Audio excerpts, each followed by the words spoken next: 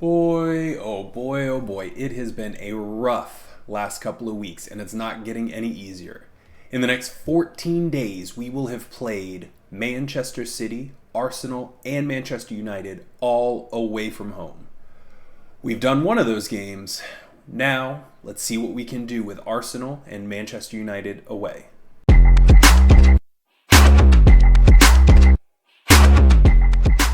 So, as you can see up here in the fixtures, it has not looked good.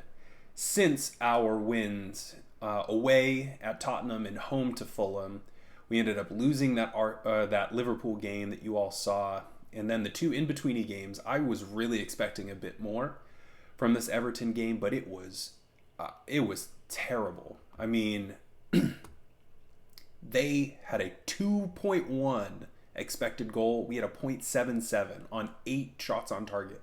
So we were statistically better than them, but the shots that we put on goal were so bad that we had less than a 1. So I guess, honestly, we probably stole one from Everton here. And then if we go to the City game, it went exactly how we thought it was going to be. We had them 0-0 at half, and then Oscar Bob and Erling Haaland kind of made good on their 9 shots on target and put us away. We look at some of the ratings. Sirkin had a 6-1. Pembele had a 6-1. Broja had a 6-3. I've had to play Abdullah Ba out on the right because Amad Diallo is away with the Ivory Coast in the African Cup of Nations, and Isidore is still coming back from injury. He has not been the answer. Transfers, we are in the middle, or I guess not the middle, we are at the start of the transfer period, and I am very quickly finding out that nobody wants to join us because as Sunderland, we are expected to not survive the Premier League and therefore not make it worth the other players' while to come in the next season or even this season and help us achieve security. I don't know. So I have really had to look far and wide. Isaac Hine is a very big center back, 6'3", 17 jumping reach, 15 heading, 17 strength, 15 marking. He would be an excellent person to pair with the players that we have now been able to register, namely among them Kurt Zouma. So with his 6'3" frame, 18 jumping reach, 17 heading, 19 strength, I'm hoping that we're going to get a little bit more out of our center back duo. Bruno Nimbisi is a player that's been selected by my general manager. He is young, 19, not really worth very much. Might turn into something. It'll probably just be a sell-on later. But Filippo Missouri is another interesting, or I guess a more interesting right back. We currently have Pembele and what's his name, Barinaga, but neither of them have really shown up. So maybe pivoting to the 21-year-old Italian. He's got some pace, crossing his 12, his dribbling and first touch are excellent. Maybe he'll be somebody that can give us an edge. This is an interesting one. Ryan Aït-Nouri. If you follow the Premier League at all, Ryan Aït-Nouri is a player that just recently signed for Manchester City from Wolves, has not played at all, and they feel that he is surplus to requirements. He's been listed because the club no longer requires his service. And frankly, there are several players like that. If I look up Dominic Solanke, recently signed for Tottenham, he is listed because the club do not believe that he has a long-term future with them. As you can see, he is played 7 times, only 1 start, hasn't done anything. There are a couple more people. There's another, maybe is it Ryan Shirky? Yes, Ryan Shirky. He's on loan from City. So City bought him, didn't play him at all, immediately loaned him to second Bundesliga side Schalke. And there is another. Now, I never do this. But if we come here and we sort transfer listed players, I mean, you can look at some of these names up here. I mean, Christian Pulisic for Milan. But if we're looking specifically at players that recently signed, Scott McTominay, he just signed with Napoli. He had a fantastic season. I believe he won the title with them, and he was the Serie A player of the season or something, or Napoli's player of the season. But he is being listed because they don't believe he has a long-term future, and he played exactly one time for them after signing for $33 million. Tijani Reinders literally just signed for City, and he's already being listed for 23 mil. He's played once in the Carabao Cup.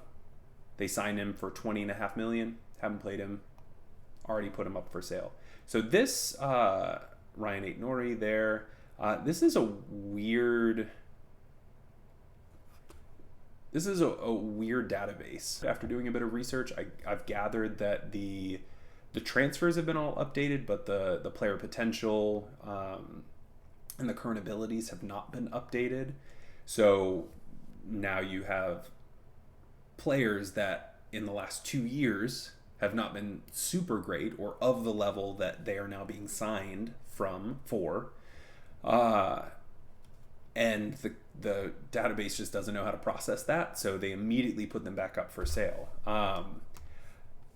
It's what I'm playing with, so maybe I take advantage of that, hence why I'm inquiring what might be able to happen with Ryan Aït-Nouri. I recognize that we have I realize that we have Reinildo and Sirkin out on the left, but I think Aït-Nouri is an upgrade on both of those. And if we can get him for less than $105,000 a week, we're doing pretty well. So, looking at the calendar, I brought you back for this Arsenal FA Cup third round game because I think for a club of our stature, that would be a nice little run if we could make an FA Cup run. And then immediately go away for a TV match, televised match for United away at Old Trafford. So, without further ado, let's get the pain over with. Sava in goal. Sirkin is playing for the injured Reinildo. Out left, Ben Mee and Kurt Zouma are in the center. Pembele is playing at the right. Luke O'Nien and Dan Neil are our defensive double pivot. Adingra, Lafie, and Ba are across the top. And then Broja is our number 9. I'm hoping that we don't get our heart ripped out again in this Arsenal game like we did the last time. That was brutal. We are the underdogs, and I do trust them to make the difference, and I really hope they do make me proud. All right. So I had teased and then immediately forgot to tell you about a game that we had. It was the Fulham game. It ended up being the Fulham game, and that we had 2 red cards. We ended the game with 9 players on the field, and it was wild. We ended up winning, as you saw, 3-1. But I don't think I've ever had a game where I've lost 2 players, and they were both straight reds.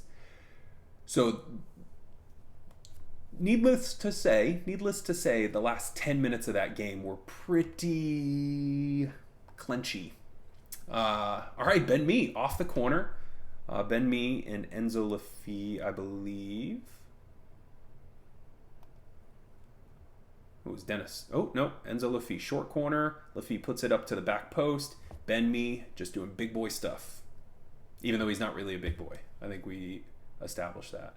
Yeah, he's 6 foot, but 14 jumping reach, 16 heading.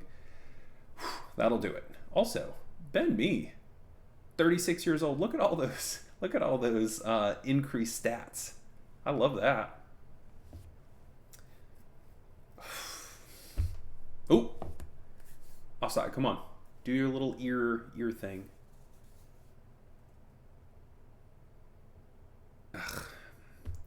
I will remind you, this is exactly what happened the last time we played Arsenal. We went up 1-0, and then they ended up scoring 2 goals and beat us 2-1.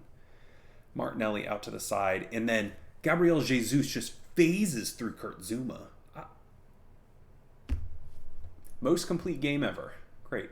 Good thing, if you have not heard the great, joyous news, FM26 is officially been announced. It is on the horizon.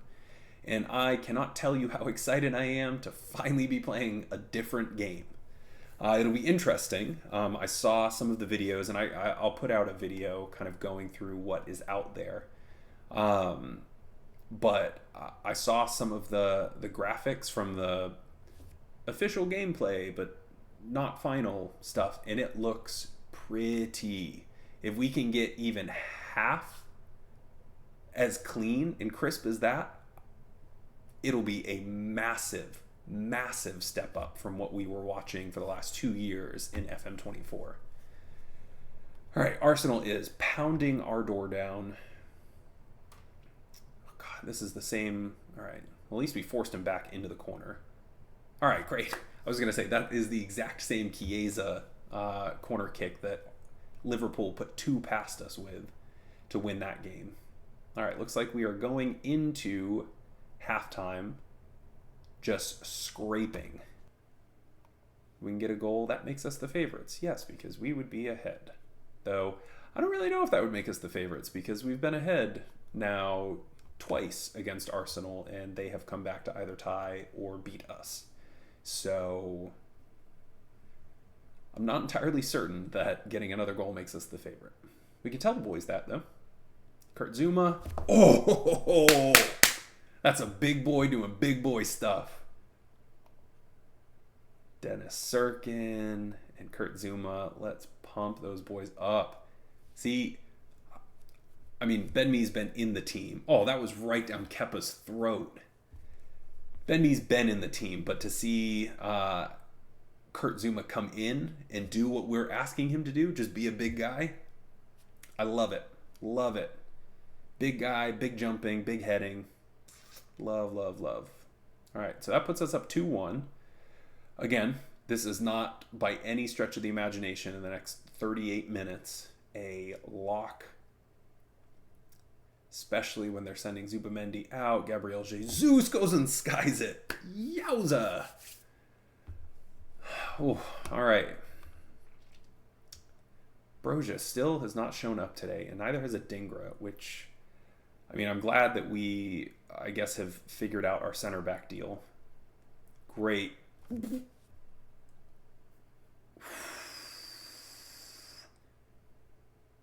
That was a nice pivot pass by Broja into Adingra, who hits the near post. All right, I think we can pump the boys up again. Kurt Zuma with the ball, puts it out to Pembele, who is, I feel like he's perpetually on a yellow card. It's crazy.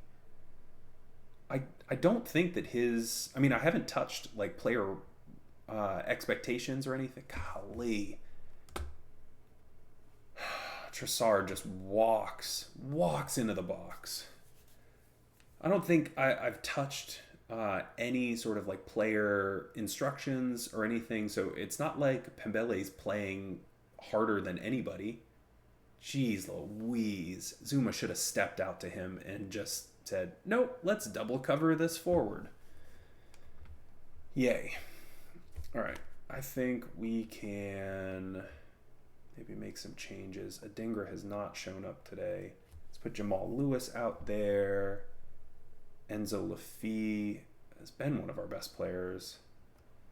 Let's give Isidore. He is just coming back. So giving him... He's just coming back. So giving him like 45 minutes here. Hopefully we can end it.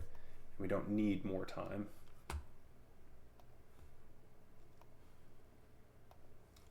Hopefully he can be one of our winners here. We've got 18 minutes or 20 minutes, I guess, with stoppage time. This has ended up being, at least expected goals wise, this has been a much closer game than I think the stats tell us, with 7 shots on target. Sava has been really, really exciting. Oh, I don't like this. We're in the 92nd minute. All right, Kurt Zuma, Barinaga is also on a yellow card. Our right backs cannot stay not cautioned. This is crazy. Enzo Lafie. Enzo Lafie. Way to turn and hit, buddy. All right. We have 3 minutes left to hold on to this lead, and you know they are going to be pushing. All right, is there anybody that we can bring on that'll make a difference? Ballard. Zuma has been playing well, but he's tired. Let's give the OG center back his time in the sun, because I'm not going to put Elise out there. Siddiqui, I just put Barinaga in. I guess Siddiqui could play for Luke.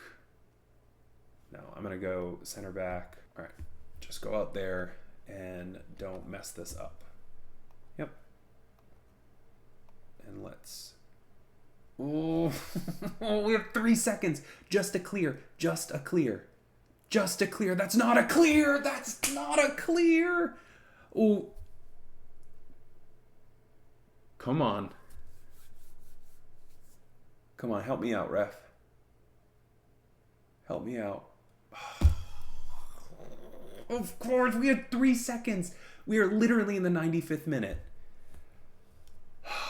And they just tore us apart. And again, our freaking center back, man. Dan Ballard, right here on Kai Havertz, says, oh, no, thank you. You have it. Olé. Golly. All right. God, we were this close. If any of you watched the Super Cup and you saw how close the Spurs were to beating PSG, 75 seconds, I think, from Thomas Frank's first trophy in his first game, we were 3 seconds away. 3 seconds away from not only moving on to the next stage of the FA Cup, but also beating Arsenal for the first time this season.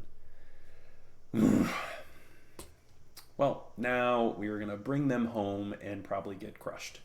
All right, I will be back for Manchester United. We are back. I have done a bit of transfer magic here.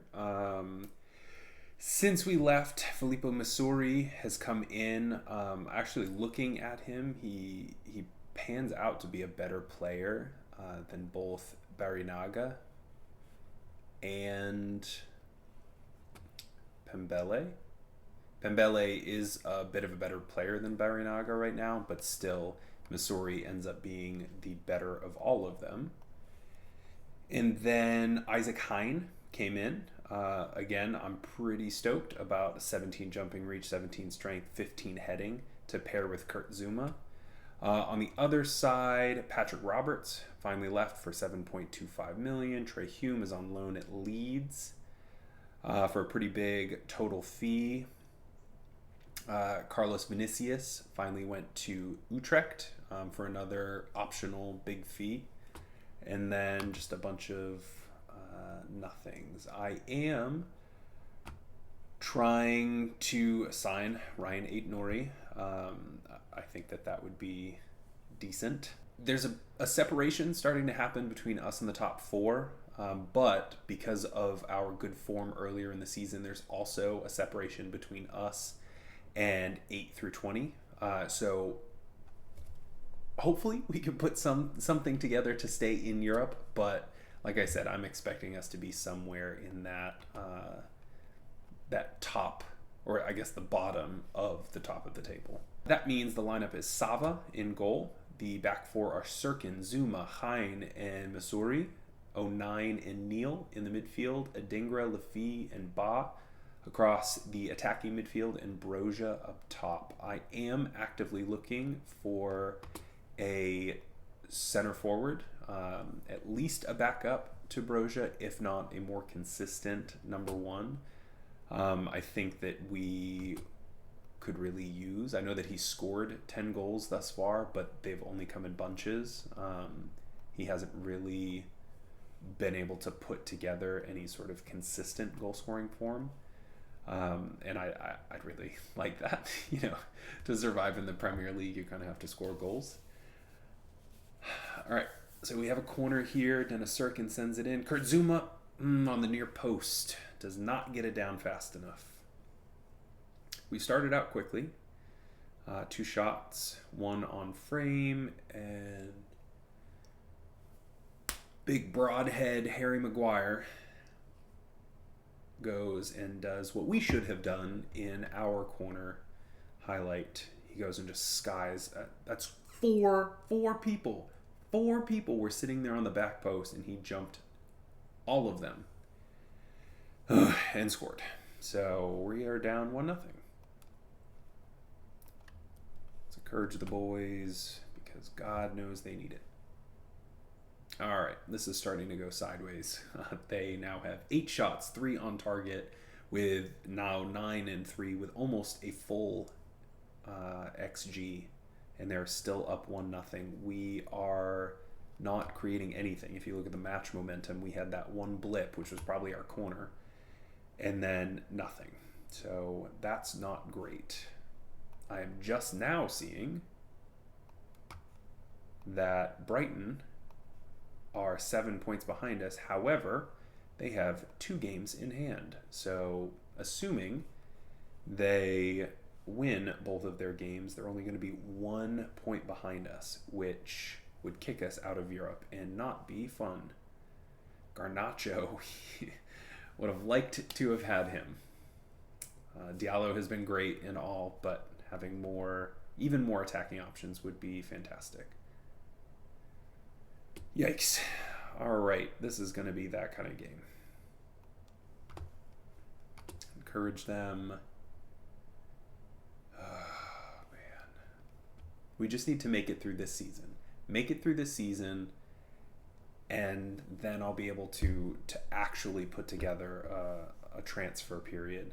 It's infuriating when our finances don't match up with our standing in the game. Because I mean, if I had $76 million and we had been in the Premier League, a year or 2 and finished mid-table, I'd be able to sign some legit players and be able to actually put together a team. But like I said, right now I'm having so much trouble with people either not wanting to sign, period,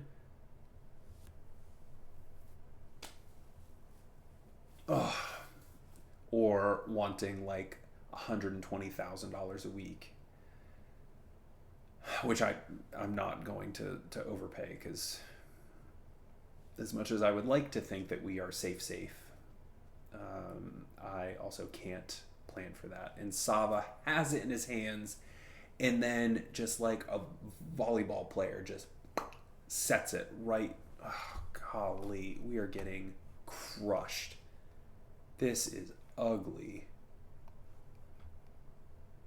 And Broja's going to get nope. Tries to chip the keeper from just inside the box. All right. Well, Ba is hurt. I think I'm going to have to put Adingra out on the right and Jamal Lewis out on the left, at least while Amad Diallo is at the African Cup of Nations, because this is not great. Broja is a 6-1 right now. Ugh. Let's put Adingra up top. Can't get any worse than this. Let's get 1 goal. 1 goal. Let's use our almost an entire big kid goal, expected goal, and put it. He's offside. Ooh, okay. That would have been nice to put away. That was a very fancy free kick routine. All right, let's hit one of the big kids. We aimed for a big kid, and we just did not hit the big kid. We are now at a 1.2 expected goal, and we still have 0. So, frig me. Dennis Sirkin puts it into the box. Jamal Lewis. All right, Enzo Lafitte recycles the ball to Sirkin, who passes all the way back to Zuma. Into Alan Brown, who is leaving. Sirkin to Neal, and that's a PK. All right, I don't even know who at this point I would have on PKs. Adingra. All right, that's fine. I am going to make a substitute while I am here.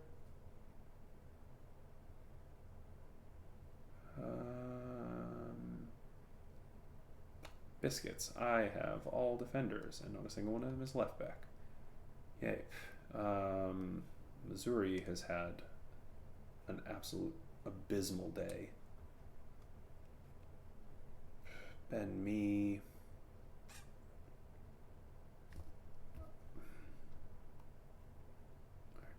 Chris Rigg can come in there, and that's our 5. Give him some time. And we only got 7 minutes left, so it's not like he's going to get a rating for this, but who is this all upset? Did you see him? Oh, that's trash.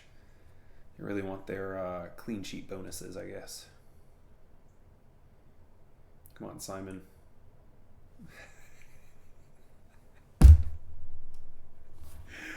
Oh, when it is not your day, it is not your day. Holy crap. Ugh, we have just been absolutely crushed today. Harry Maguire takes it to the corner. Anthony cuts it across, and Rasmus Højlund gets a second goal of the year. Oh God, I just want this to be over. Adingra sporting a 5-7 because of that caught penalty. Oh my gosh. Okay. Well, let's just completely forget that ever happened. Whew. So, if you enjoyed seeing me get my bones crushed into dust by the Premier League elite, yes, I recognize I just called United the Premier League elite. Oops. If you enjoyed that, please make sure to like and subscribe, comment, and tell me how terrible that was. I'm working really hard to make this a thing and just experiment now with FM24 so that when FM26 comes out, I am putting out high quality videos, high quality thumbnails, high quality shorts to really take advantage of all the new and exciting and really cool things that FM26 is going to have. So, thanks for watching.